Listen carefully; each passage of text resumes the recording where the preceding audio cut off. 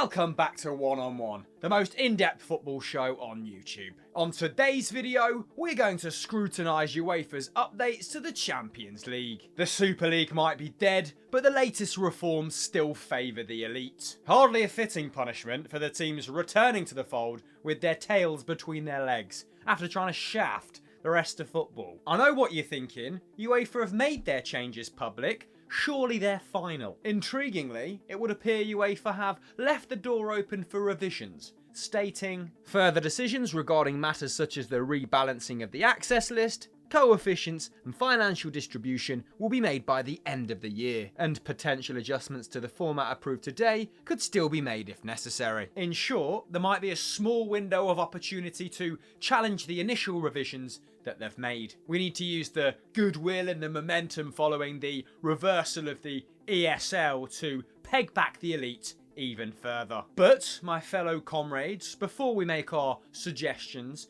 let's revisit just what the plan is so far. Before we begin though, I want to know your thoughts in the comments, and I also want to know if they change come the end of this video. The story so far. As recently as 1994, the competition only had 16 teams. It was a tournament between Europe's title-winning sides. Since then, the number has climbed to 32, with teams from the biggest leagues guaranteed multiple positions in the group stage. Meanwhile, clubs from the Netherlands, Belgium, Russia and Ukraine all have to scrap it out for one guaranteed place in their respective divisions. The champions of Austria, Denmark, Scotland and Turkey aren't guaranteed a place at all. So, have the new changes helped make the tournament any fairer and more inclusive? Not really. While the current system sees 32 clubs compete for club football's biggest trophy, the new system will increase that to 36, incorporating a variety of different formats in the process, including league,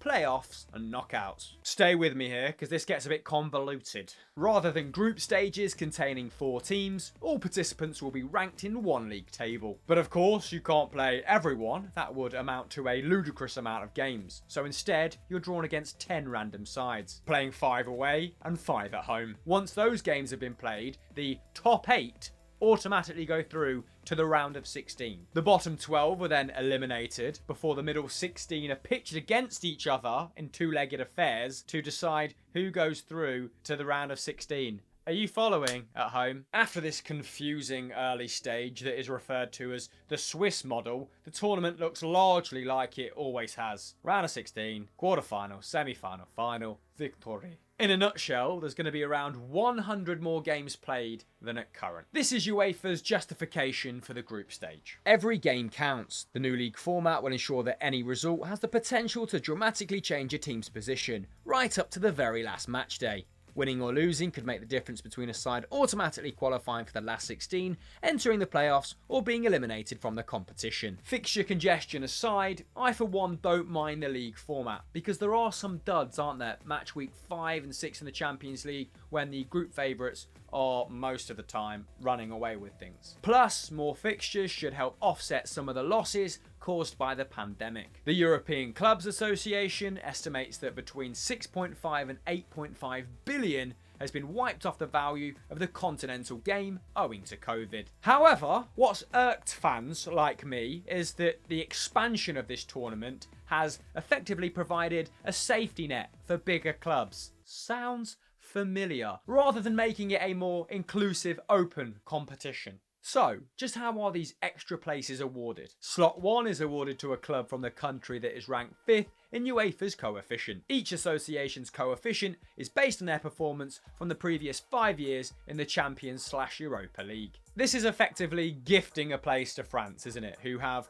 more teams in European competition than the Ligue 1 and the Eredivisie. So they're going to have to do an absolute madness to catch up with them in 5th place. So we can chalk that first slot down as one for the elite. Slot 2 is awarded to the domestic league champion with the highest club coefficient among all the other domestic champions that have not automatically qualified for the Champions League group stages. My understanding of that is the best team outside of the top 9 divisions that's won their respective division gets safe passage to the group stage. This season, that would likely be someone someone like Salzburg. A marginally fairer ruling, but here's the kicker. Slots 3 and 4 are awarded to the two clubs with the highest club coefficients that have not qualified automatically for the Champions League group stage, but have qualified for either the Champions League qualification phase or the Europa League / the Europa Conference League. Now this is some halfway house Super League nonsense. It's basically a safety net for if a big side has a completely honking season. The main argument here being that if a team has done well in the competition in the past and has helped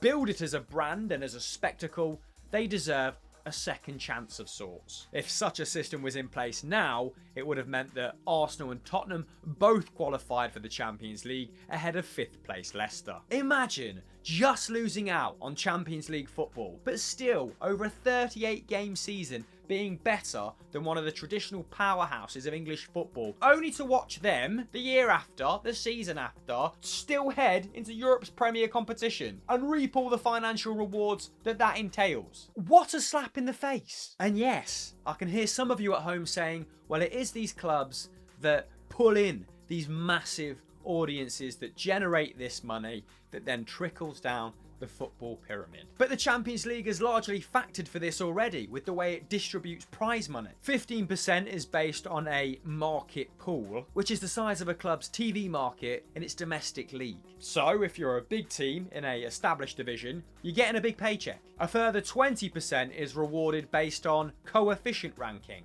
So if you've done well in the previous 10 years, guess what?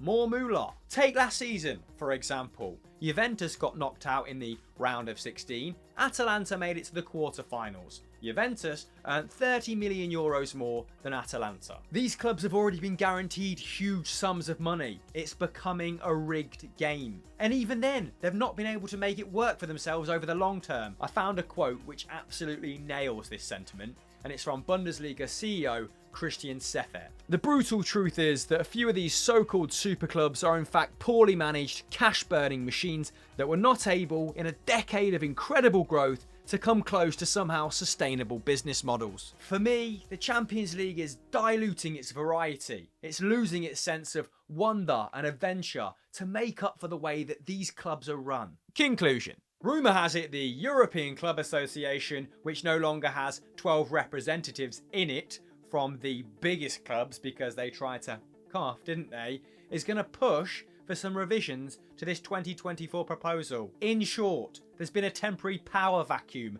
and we need to take advantage of it. So to summarise, what I want to see is more guaranteed places for domestic champions. Currently that only extends to 9 divisions. There's 50 countries in Europe. To make way for this, take the legacy ruling out. If we wanted to go even further, we could scrap that 1 extra place for the 5th best coefficient. France, which just so happens to occupy that position at current, already gets 5 guaranteed places in the Champions League, the Europa League, and the newly founded Europa Conference. If they want that guaranteed extra place, fine, overtake the Bundesliga in the coefficient. They have just as much chance of catching the Bundesliga as the Liga NOS and Eredivisie do catching them, if not more so. And I'm not digging out the French, actually one of the rare type of Englishmen that bloody love them. If reforms like this aren't made, the rest of the football world is just going to get further and further away in terms of competitiveness when compared to those that try to break away and change our game forever. And that's where I'm going to stop, because I ran out of time on this script, to be brutally honest. If you enjoyed this video, then please